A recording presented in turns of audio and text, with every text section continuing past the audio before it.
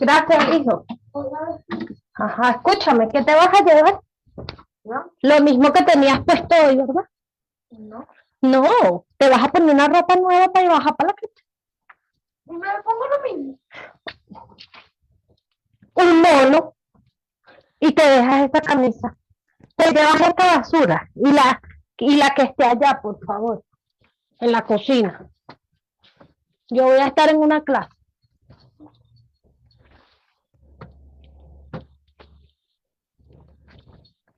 Mira cómo se lava un baño, ¿ves? Siempre yo lo dejo así. Sí, claro. Vas a buscar una bolsa y me la pones en la papelera. Por favor.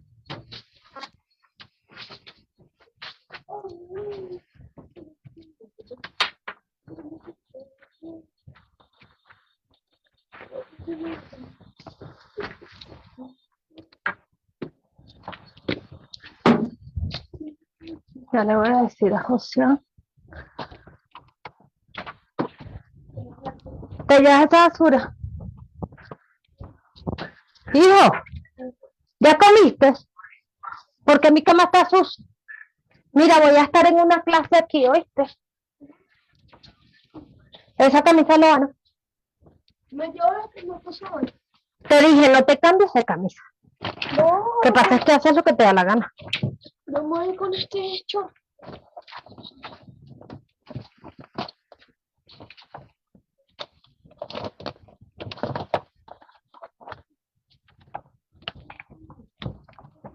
¿Dónde están los bichos de aquí?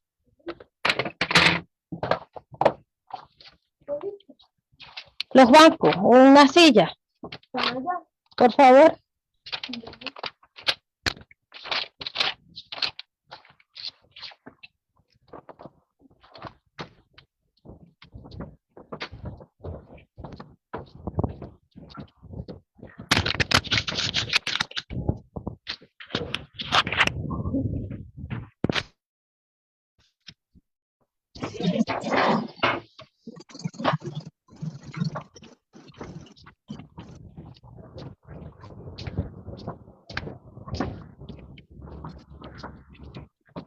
Mira, me cierras la puerta de allá, limpias la cocina que dejaste un poco de harina regada y te llevas esta basura y la de allá.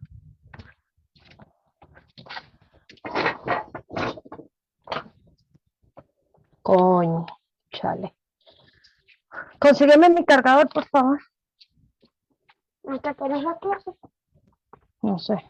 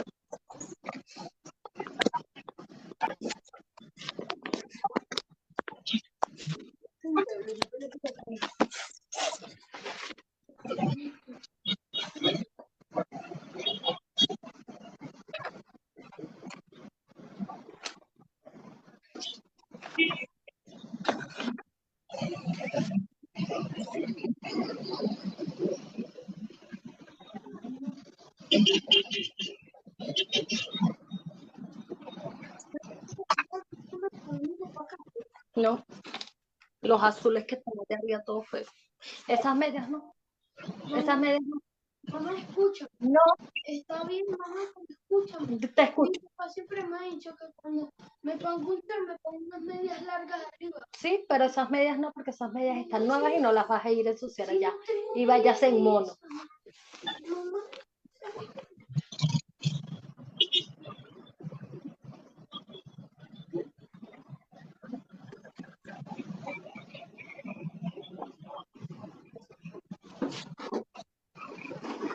Un mono que está haciendo frío.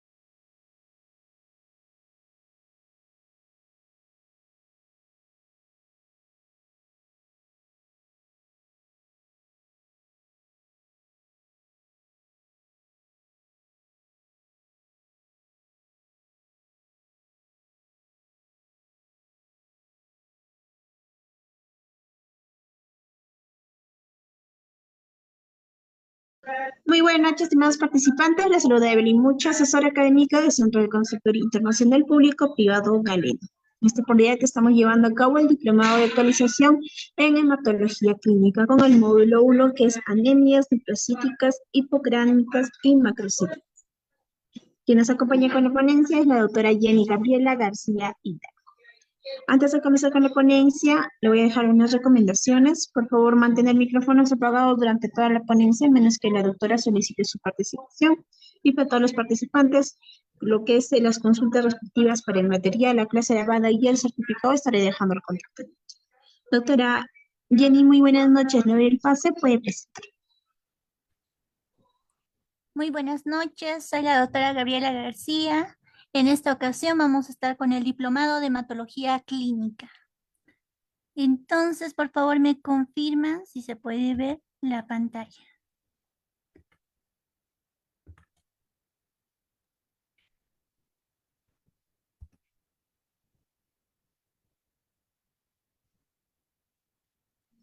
Sí, doctora, sí se logra visualizar, ¿no? Gracias.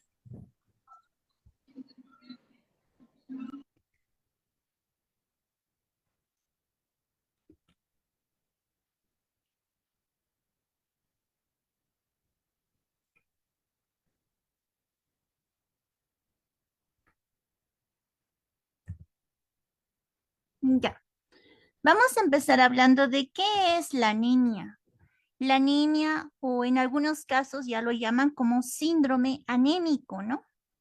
¿Y qué es un síndrome anémico?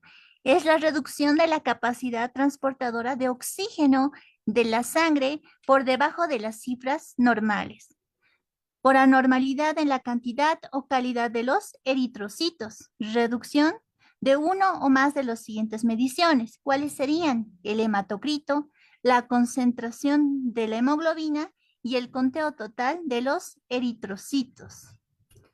Como un concepto de fisiopatología, nos dice que es la insuficiencia del glóbulo rojo para cumplir sus funciones. Y un concepto laboratorial, que es la disminución del hematocrito, la hemoglobina, dos desvíos estándar de su valor normal. Entonces, en resumen, ¿qué es la anemia? La manifestación o consecuencia de alguna enfermedad. ¿No ven? Entonces, si se dan cuenta, por eso es que lo ponen como un síndrome. Y entonces, en esta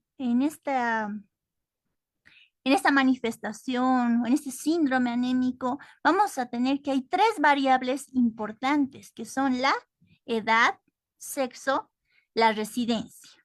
La edad, ¿por qué es importante? ¿A qué personas más, a qué grupo etario le da más anemia? A los niños, ¿no? Principalmente a los niños, cuando son malnutridos, ¿no ve? A los pequeñitos. Después, ¿a quién más? A personas de la tercera edad. Estas personas que ya, estas personas que ya va disminuyendo su sistema inmune, ¿no? Y así también van teniendo diferentes enfermedades. Luego, otra variable es el sexo. ¿Quiénes son más predisponentes a tener anemias? Las mujeres, ¿no ve?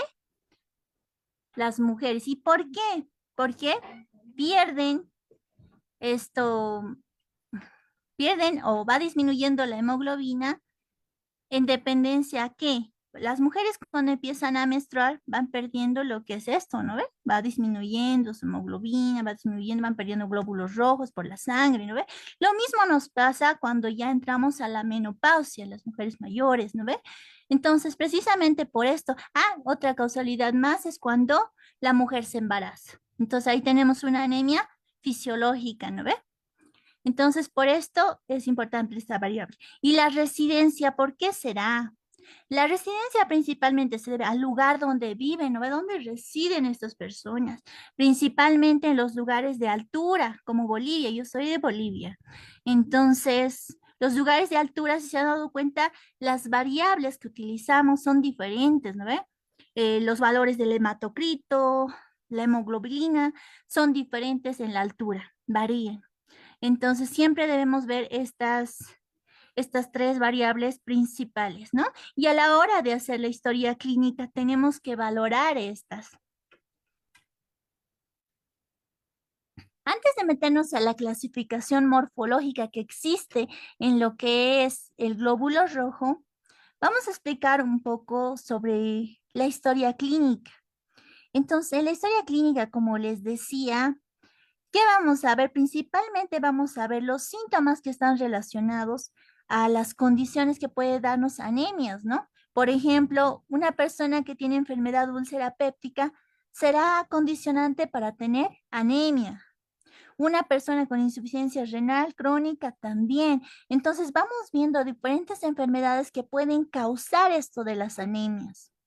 Tenemos también que la raza negra es otra predisponente, ¿no? Porque en la raza negra tenemos hemoglobinopatías.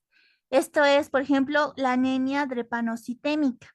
Esto se debe a un déficit de la G6PD. ¿Ya? Entonces, por eso mismo, las personas con raza negra tienden a tener este tipo de anemias. El uso de medicamentos.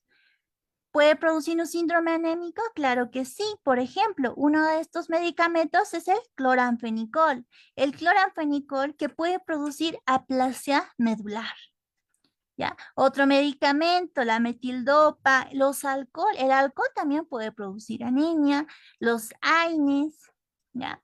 Entonces vamos viendo siempre todo ese tipo de cosas. Entonces, preguntar a nuestro paciente si toma alguno de estos medicamentos. Eso es importante. ¿Ya? Preguntar si nuestro paciente se ha hecho transfusiones. Eso también es importante, ¿no ve? ¿Qué más? Por ejemplo, si nuestro paciente ha tenido algún tipo de enfermedad hepática. Por ejemplo, como les decía, el alcoholismo podría producir un tipo de anemia. ¿Qué tipo de anemia producirá el alcoholismo? Una anemia megaloblástica, que la vamos a ir hablando posteriormente. ¿Ya? Después, algo más que puede ocurrir, personas que tienen tratamiento previo con hierro. Entonces, estos pueden tener problemas de absorción del mismo, ¿no? Del mismo medicamento. ¿Qué más? También ver si nuestro paciente ha viajado a zonas endémicas. ¿Ya? Aquí en Bolivia, principalmente lo que nos da la malaria, ¿no? La malaria. Luego tenemos la exposición a tóxicos ambientales, por decir, el plomo, el benceno, y entre otros tóxicos que se utilizan normalmente en fábricas, en radiaciones, personas que confeccionan calzados, las peluqueras, porque utilizan muchos químicos. Y estos tóxicos pueden producir algún tipo de anemia en el organismo. El estado nutricional, como les decía, los ancianos, ¿no? Los niños, personas que obviamente por su em, a no tener, a no tener carencia, por ejemplo, los ancianitos, ¿por qué? ¿Por qué es que llegan a tener anemia? Más allá de que puede ser que no tiene, ¿no? Principalmente es porque ya no tiene los dientecitos, ¿no? Ya no tiene la dentadura. Entonces, estas personas tienden a ya no comer carnes, por ejemplo. Las verduras les hace doler el estómago. Entonces, hay que ver la forma de dar suplementos para estos adultos mayores y para que estos no desarrollen anemia. ¿Ya? Entonces, vamos hablando de lo que es la clasificación morfológica, de lo que es el glóbulo rojo, ¿no? Vamos a hablar en esto entonces del volumen corpuscular medio. Esto es biometría hemática, ¿ya? Entonces vemos que el volumen corpuscular medio, vamos a ver que lo normal es de 80 a 100, ¿ya? 80 a 100, ¿ya? Y si el caso fuera de que es microcítico, hablamos de microcítico, cuando este valor del volumen corpuscular medio es menor a 80. Y hablamos de que es macrocítico cuando este volumen corpuscular medio es mayor a 100, ¿ya? Entonces vamos a hablar ahora de la concentración media de la hemoglobina corpuscular. Entonces, en esta, la hemoglobina corpuscular, la concentración media de la hemoglobina corpuscular, lo normal debería ser de 32 a 36 gramos decilitro. En cambio, si fuera hipocrómica, ¿qué dice hipocrómica? ¿Qué diferencia ven aquí? Aquí estamos viendo la diferencia del tamaño. Entonces, el volumen corpuscular medio nos va a ver el tamaño del glóbulo rojo. Entonces, ¿cuánto debería ser lo normal? ¿Ve? Ahora, en lo que es a la concentración media de la hemoglobina corpuscular, se refiere, miren cómo va cambiando el color. Si bien todos son del mismo tamaño, cada uno va cambiando de color. Este, por ejemplo, tiene un color más rojito, este está más oscuro y este está más claro. Entonces, si está más claro, será hipocrómico. Entonces, en los valores de referencia que nos va a salir cuando hagamos las pruebas, nos va a salir que es menor a 32 gramos decilitro, ¿ya? Y si es hipercrómico, nos va a salir mayor a 36 gramos decilitro. Entonces, esto es bien importante memorizar, sobre todo con los valores normales. Si nosotros memorizamos estos dos valores normales, vamos a podernos dar cuenta fácilmente si es una anemia microcítica hipocrómica o puede ser macrocítica hipocrómica. Es decir, puede ser un glóbulo rojo grande, pero que su color es pálido, ¿no? Hipocrómico. O puede ser un glóbulo rojo microcítico pequeño, pero que tiene una hipercromía, o sea, está más oscuro de lo normal, ¿ve? Entonces, esto es muy importante, la clasificación morfológica a la hora de hablar de anemias. Aquí podemos ver cómo es que se realiza, o sea, de dónde sale este volumen corpuscular medio, de dónde sale esto, dónde hacen los laboratorios, ¿no? Si bien los laboratorios te dan directamente este resultado para que tú fácilmente ya sepas lo que significa, en algunos laboratorios de algunos países no te lo dan. Entonces tú tienes que calcular esto. Si tú sabes la fórmula, fácilmente vas a poder calcular, o a veces se nos olvida pedir el volumen corpuscular medio. Ya, entonces vamos a utilizar lo que son estas fórmulas. Entonces nos dice que para sacar el volumen corpuscular medio, utilizamos el valor del hematocrito por 10 sobre los glóbulos rojos totales. Y hacemos lo mismo aquí y aquí esto. Si se dan cuenta, con esto podemos sacar lo que es el volumen corpuscular medio y los demás. Entonces vamos entrando a lo que es la anemia ferropénica, ¿ya? Esta se debe a una deficiencia de hierro en el cuerpo. El hierro, ¿dónde lo vamos a encontrar? Está en los alimentos y es necesario para formar los glóbulos rojos, ¿ya? Nosotros sabemos que tenemos aquí el huesito, la médula ósea, entonces la médula ósea sabemos que se van a formar los glóbulos rojos, los blancos y las plaquetitas, ¿no? Entonces vamos a empezar hablando de lo que son los glóbulos rojos en esta ocasión, ¿no? Hablando de epidemiología, este es un indicador de pobreza y salud, lo que les decía, ¿no? A veces porque no se alimentan bien, algunas personas pueden tener deficiencia de hierro, ¿no? Y es una anemia ferropénica. Ya. También está relacionada con la desnutrición, ¿no? Si hay pobreza, hay desnutrición, o a veces incluso es por mal cuidado de los padres, ¿no? Es la causa de anemias más frecuente en todo el mundo. Entonces, la anemia ferropénica es una causa frecuente, ¿ya? No solo a nivel Bolivia, como les hablo, sino a nivel mundial, con más de 1.000 millones de personas afectadas a nivel mundial. En los países subdesarrollados, de 30 a 60% de las mujeres son anémicas. Miren este porcentaje que nos dice. Entonces, de cada 10 personas, de cada 6 mujeres, 6 tienen anemia. Entonces, se dan cuenta, es alta, ¿no? Entonces, para entender esto de la anemia ferropénica, tenemos que hablar de lo que es el metabolismo del hierro. ¿Y cómo es que funciona el metabolismo del hierro?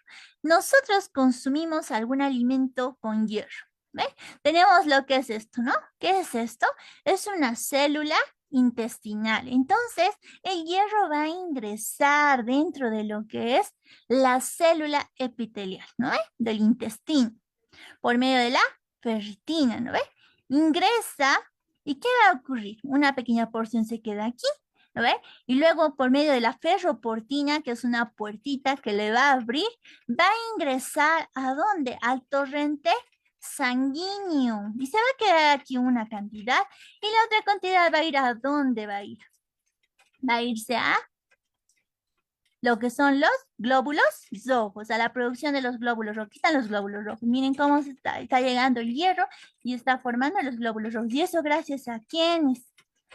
A las apotransferinas que van a mover aquí y una cantidad que se va a quedar como ferritina también dentro, ¿no? De lo que es el macrófago, porque el macrófago al fagocitarlo se va a quedar dentro una cantidad de hierro que se va a volver como ferritina, una parte del reservorio.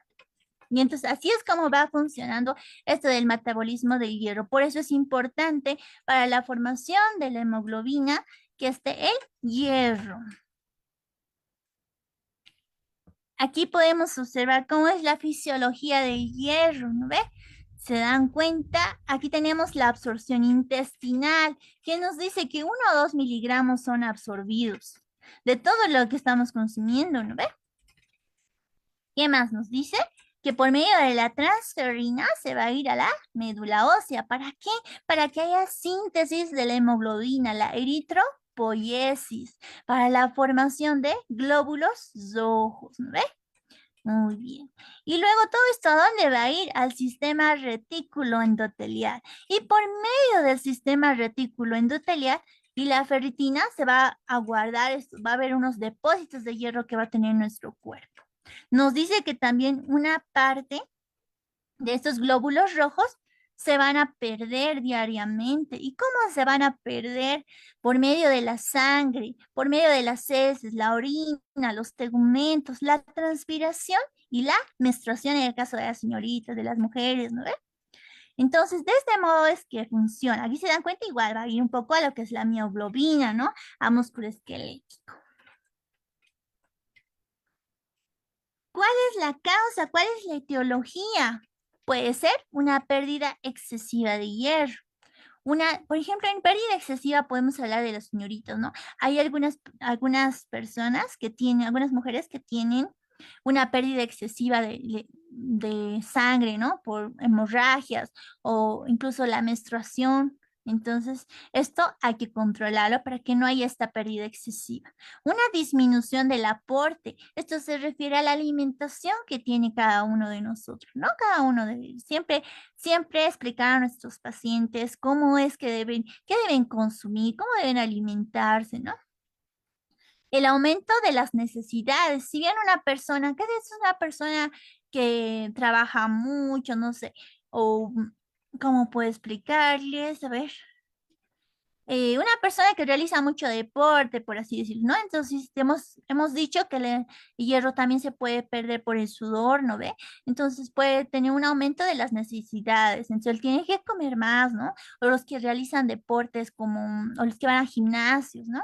Entonces, requieren más de estos nutrientes. Disminución de la absorción. Entonces, puede que haya una alteración a nivel del estómago, una alteración que provoque una disminución de la absorción y así no se absorbe el hierro. Entonces, puede haber una disminución de la absorción. Alteración del transporte. Hemos dicho que existen, ¿no ve? Unos transportadores. Puede tener una alteración a nivel hereditario que puede no tener algún tipo de transportador y eso puede provocarle un tipo de anemia. Y en la clínica, ¿qué vamos a ver? A nivel neurológico, ¿qué va a tener nuestro paciente? Dolor de cabeza, falta de concentración, mala memoria y dificultad para atender, ¿ve? Luego tenemos cardiológico, aumento en la frecuencia cardíaca, palpitaciones. Respiratorio, dificultad para respirar o sensación de cansancio. Me canso muy rápido, doctor, le dicen, ¿no ve? Entonces hay que tomar en cuenta esto. Hormonal puede ser una falta de líbido, puede ocurrir, y dificultad en embarazarse. Esto normalmente les ocurre a las a, a- a señoritas que ya han entrado a un estado de anorexia. Entonces, a este punto ya estas personas ya es difícil que se embaracen. ¿Ya?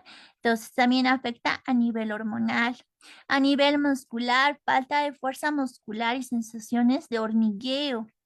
En la infancia, retardo en el crecimiento y falta de desempeño en la escuela. Entonces puede ser que el niño, o sea, el niño no aprende y se están quejando los papás, pero puede ser que el niño tenga anemia y por eso es que no puede atender a las clases. Hemos dicho que hay una falta de concentración y mala memoria. Entonces puede deberse a esto, a una anemia ferropénica que se puede tratar. ¿No ve? Entonces siempre hay que orientar a nuestros pacientes de ese modo, ¿ya? Tanto a los papás, si en caso fueran niños, ¿no? Otras manifestaciones que podemos encontrar en lo que es la anemia ferropénica es uno, la caída del cabello. El paciente llega y le dice, me cae mucho el cabello, no sé qué me ocurre, últimamente ando muy cansado y todo. Entonces ustedes rápidamente se dan cuenta de que puede ser un tipo de anemia, ¿no? Después, ¿qué más? Dolor al tragar también puede afectar, ¿no? Luego, ganas de comer algo no comestible. A esto lo que llamamos pica, ¿ya? La pica es una sensación que tiene el paciente de ganas de comer algo. Por ejemplo, puede ser tierra, como se ve aquí en la imagen. Hay personas que les gusta morder, o sea, tienen esa sensación de querer comer ladrillo, querer comer cemento, querer comer barro. Y esto se debe aquí porque se manda estímulos al cerebro y este le manda estos estímulos. ¿Por qué? Porque en este tipo de de sustancias podemos encontrar hierro. Entonces, es por eso que nuestro paciente tiende a querer estos. Uñas quebradas. Miren, miren cómo se va rompiendo sus uñas. Muy débiles son mis uñas, dicen algunos pacientes. No sé qué tengo, dicen. Aquí también la coiloniquia. Esto también se puede ver a un tipo de anemia. La pérdida de los dientes, lo mismo. Igual por la anemia. Entonces, todo esto puede ser condicionado por un tipo de anemia.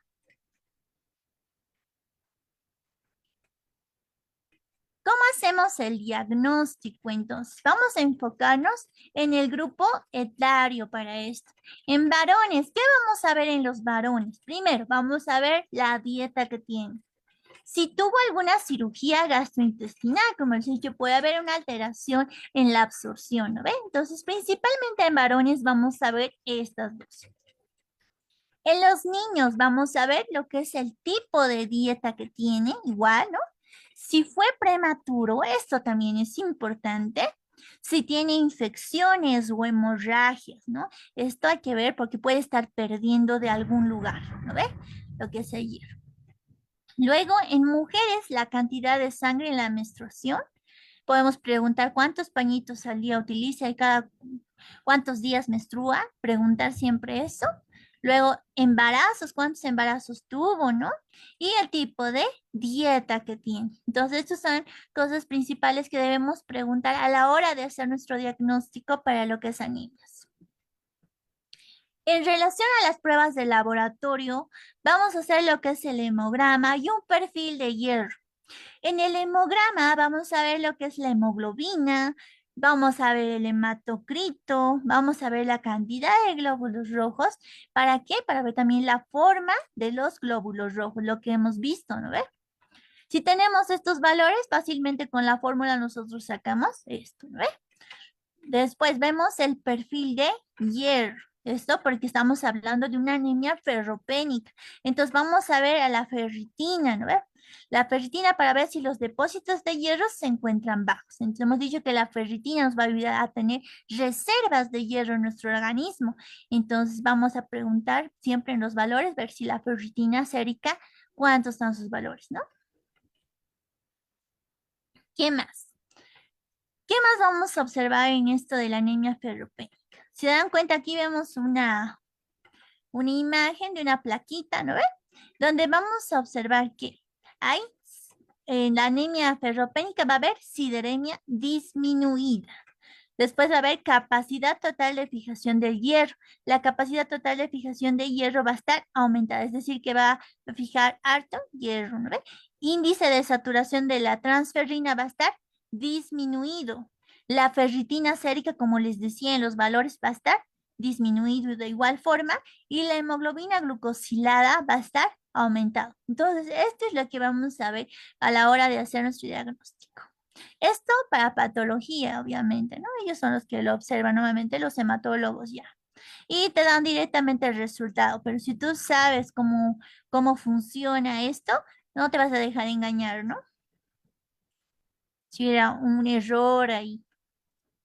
¿Cómo hacemos el manejo y el tratamiento? Primero, ¿no? Recomendaciones a nuestro paciente. Dieta rica en alimentos con hierro. ¿Y qué alimentos son ricos en hierro? Los vegetales y frutas deshidratadas. Las legumbres, los cereales, frutos secos, semillas. ¿Ve?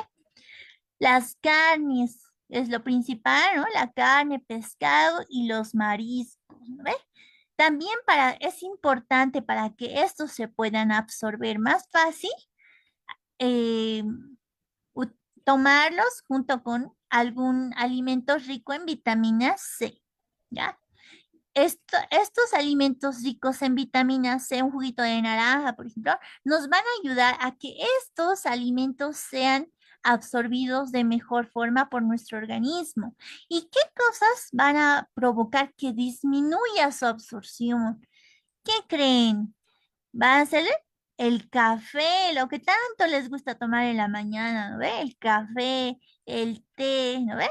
Entonces, estos hay que alejarlos a la hora de estar con una dieta para elevar lo que es su hierro, ¿ve?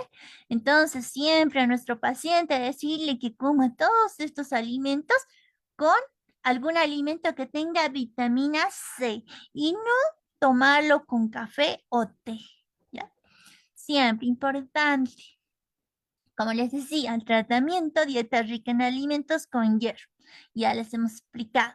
También vamos a hacer el tratamiento sustitutivo de hierro solo por vía oral. Podemos darle por vía oral de 80 a 105 miligramos al día. Evitar alimentos que impidan la absorción de hierro, como les decía, el café o el té.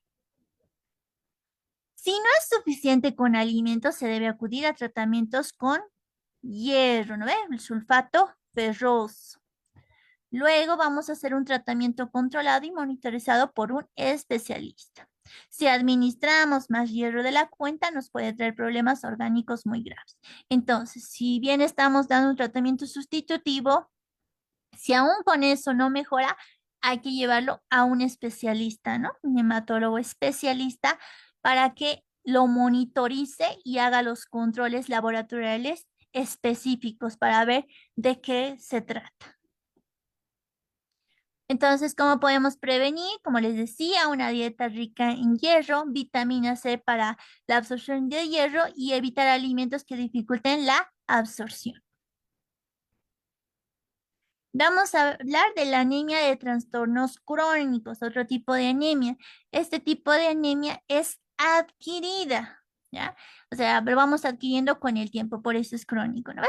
Es secundaria a la respuesta inmunológica desencadenada por la presencia de enfermedades tanto sistémicas o crónicas. Entonces, esto se va a deber a qué, a que el paciente tiene una enfermedad sistémica, ya sea aguda o crónica, otra, ¿no? Y entonces esta va a hacer que adquiramos lo que es la anemia de trastornos crónicos. Esto de la patogenia, les voy a explicar en la otra imagen para que lo puedan reconocer. Aquí está. Ya. En este caso, va a haber una sideremia disminuida, igual que en el otro, ¿no? La capacidad total de fijación de hierro está disminuida. Esto a diferencia de la anemia ferropénica, en la anemia ferropénica está aumentada la capacidad total. El índice de saturación de transferina está disminuido igual, ¿no? Y la ferritina sérica está aumentado. En este caso, la ferritina sérica está aumentado. No es lo mismo que en la anemia ferropénica que está disminuido, ¿no? Entonces, en este caso, tenemos que tratar la enfermedad o la anemia asociada. Es decir, en este caso, este tipo de anemia se está provocando. ¿Por qué? Porque tiene otra enfermedad que la está predisponiendo. Entonces, para esto tenemos que tratar la enfermedad que le está produciendo la anemia, ¿no? Antes de tratar a la anemia por sí, ¿no ve? Y si está asociada, entonces hay que dar transfusión en algunos casos, solo si está menor a 8 gramos de cilitro, ¿no ve?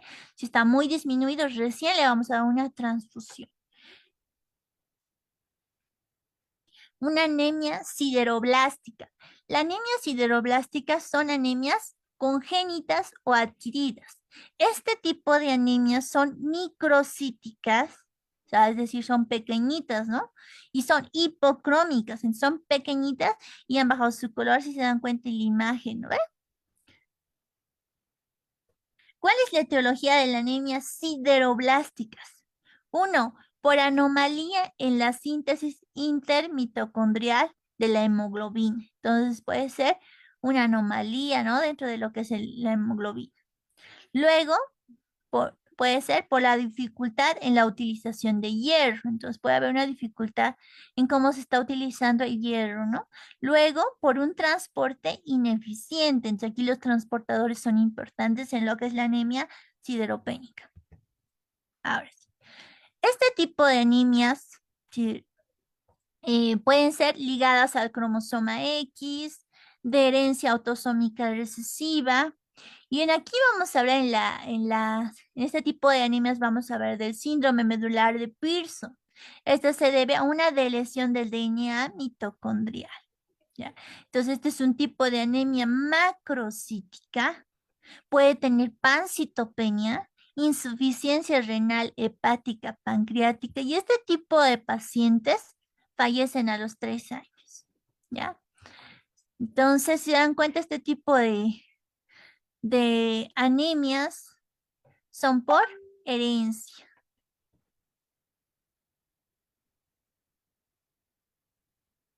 ¿ya? Eh, mm, hasta aquí, ¿alguna pregunta? Si lo pueden poner en el chat, por favor.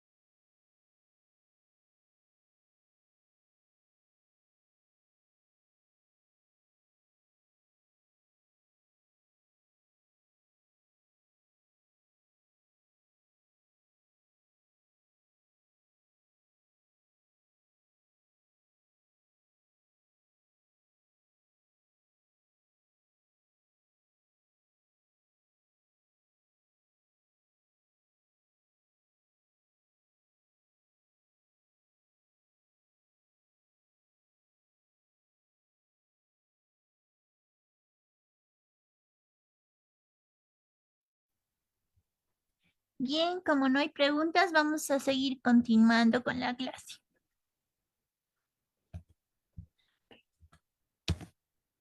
Vamos a hablar de las anemias megaloblásticas, la anemia megaloblástica. Este es un tipo de anemia macrocítica. ¿Y por qué es macrocítica? Si se dan cuenta, en la imagen, el glóbulo con anemia megaloblástica es grande, ¿no ves? Macrocítico. Y esto se debe a una deficiencia de la vitamina B12, ¿ya? Y al ácido fólico.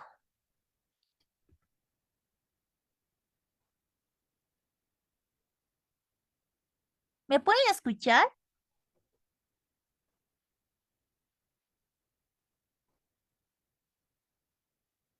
Ya. Entonces voy a continuar. Creo que algunos están con problemas de conexión. Pensé que no me escuchaba. Ya, vamos a seguir continuando. Gracias. Ya, entonces como les decía, la anemia megaloblástica es una anemia macrocítica. Esta se debe a una deficiencia de la vitamina B12. Vamos a ir hablando en qué alimentos tenemos vitamina B12, ¿ya? Y el ácido fólico, ¿ya? En la imagen podemos observar aquí un glóbulo sanguíneo normal y aquí vemos un glóbulo sanguíneo grandote, ¿no? Anemia megaloblástica.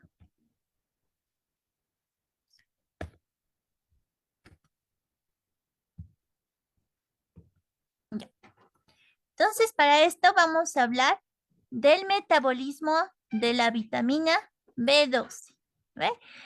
Tenemos que la vitamina B12 ingresa, ¿no? Por medio de un alimento a nuestro organismo. Aquí estamos ingresando al esófago y aquí vamos a encontrar a la aptocorrina, ¿no? La aptocorrina va a ingresar dentro del estómago lo que es la vitamina B12 y al unirse a la vitamina B12 se va a formar el complejo aptocorrina vitamina B12, ¿ya? Entonces, ¿qué ocurre a este nivel? ¿Por qué es importante esto? Aquí nosotros tenemos el factor intrínseco. ¿Quiénes producen el factor intrínseco? Se produce a nivel del estómago, ¿no ve? Las células del estómago, factor intrínseco. Luego de esto, esta vitamina B12 sigue y por medio de las proteasas y el factor intrínseco, ¿qué va a ocurrir? Va a formar el complejo factor intrínseco vitamina B12. Se va a unir el factor intrínseco a la vitamina B12, va a recorrer por el intestino, ¿ya? Entonces, de ese modo va a ingresar al intestino y por medio de este va a ingresar a lo que es el torrente sanguíneo, la vitamina B12, ¿no? Con la cubilina. Ya. Entonces, en esta parte, ¿qué es importante en la anemia megaloblástica? ¿Se debe a una deficiencia del factor intrínseco? Sí, puede verse una deficiencia del factor intrínseco, porque esta vitamina B12 debe ingresar al torrente sanguíneo, ¿no?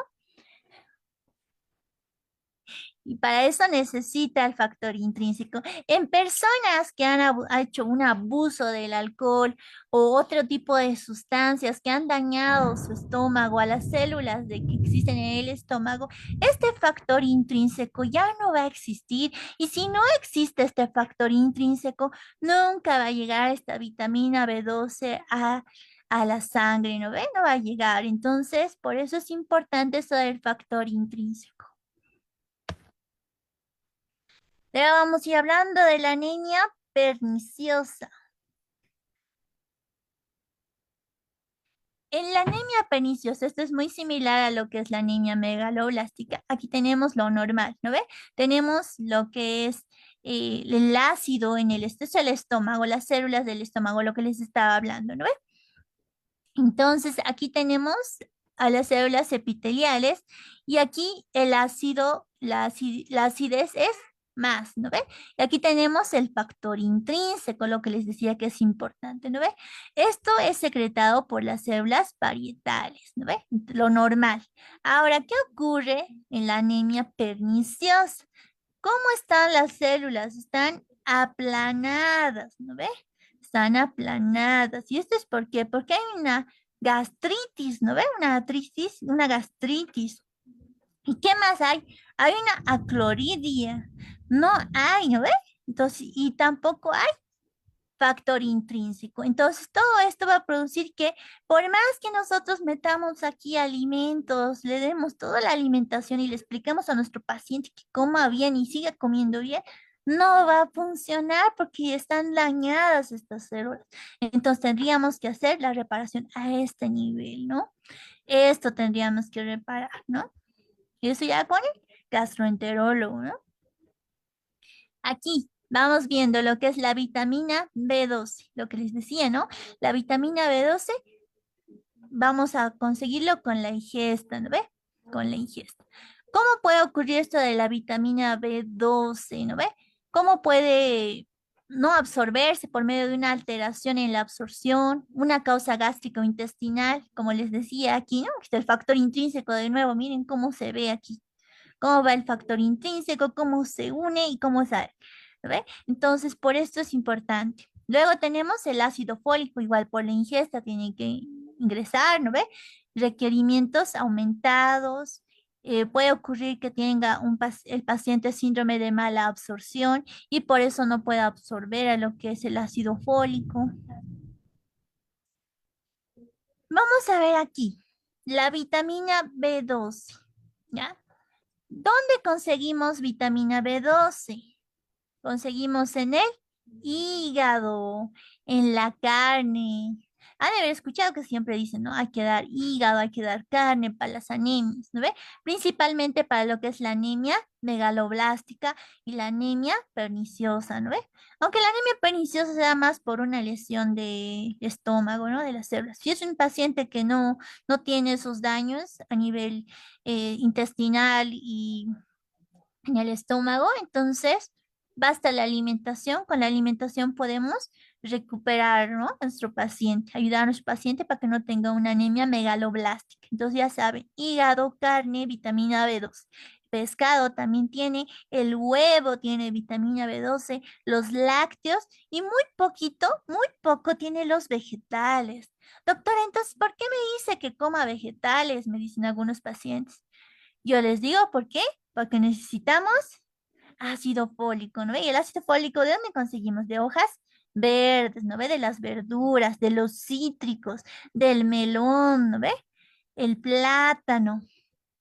Se obtiene a partir de los alimentos de origen vegetal. Entonces, explicarle a nuestro paciente, ¿no? Que tanto el ácido fólico como la vitamina B12 son importantes. Entonces, una dieta balanceada es muy importante, ¿no ve?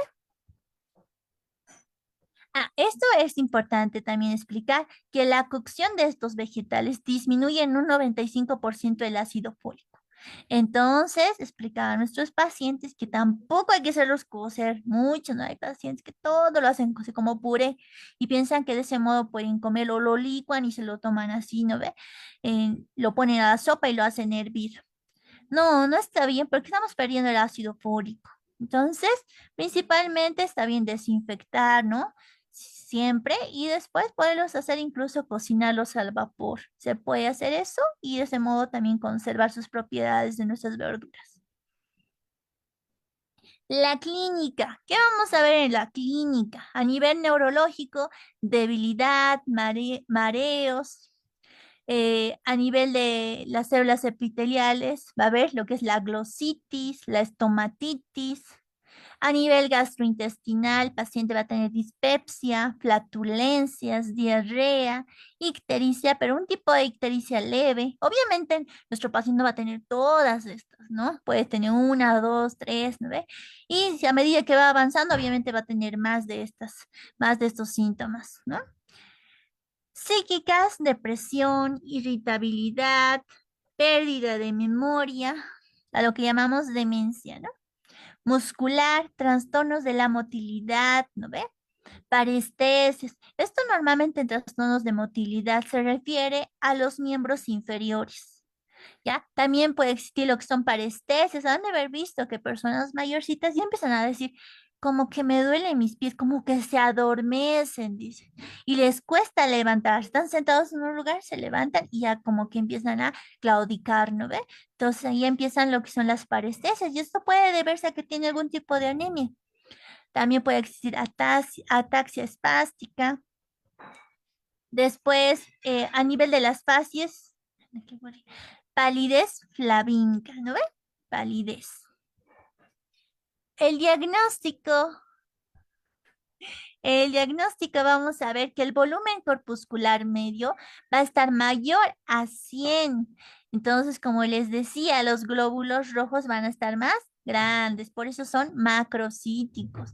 En esto va a haber los reticulocitos van a estar disminuidos, la bilirrubina conjugada y la HDL van a estar aumentadas. El tratamiento para la anemia megaloblástica es se debe al déficit de cobalamina y al déficit de ácido fólico. Entonces, el tratamiento, ¿qué va a hacer? Darle, ¿no ve? Este tipo de suplementos o darle una dieta, ¿no? Una dieta basada en los alimentos que les he indicado aquí, ¿no? Mejorar su dieta, decirle que consuma hígado, carnes, pescado, huevo, los lácteos. También combinarlos para que tengan ácido fólico con verduras verdes, ¿no? Normalmente espinacas, entre otros, ¿no? Y luego los cítricos que nos van a ayudar a la absorción de estos, el melón, el plátano.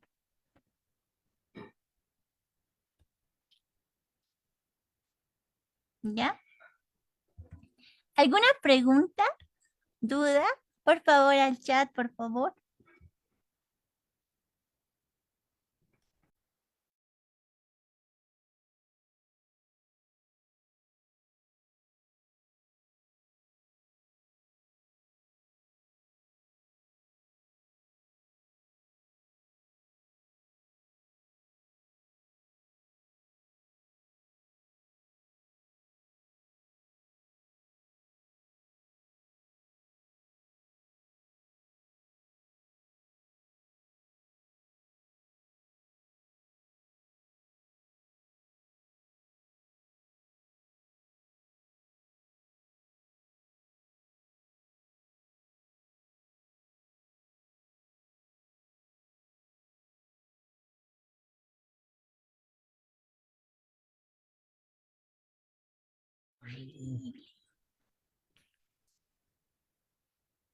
Bien, ¿no tienen preguntas?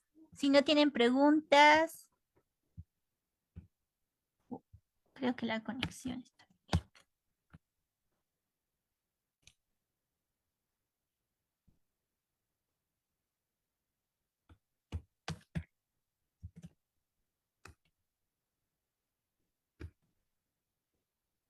Bien, muchas gracias. Les habla la doctora Gabriela García desde La Paz, Bolivia. Que tengan muy buenas noches. Nos vemos hasta otra oportunidad al segundo módulo. Buenas noches.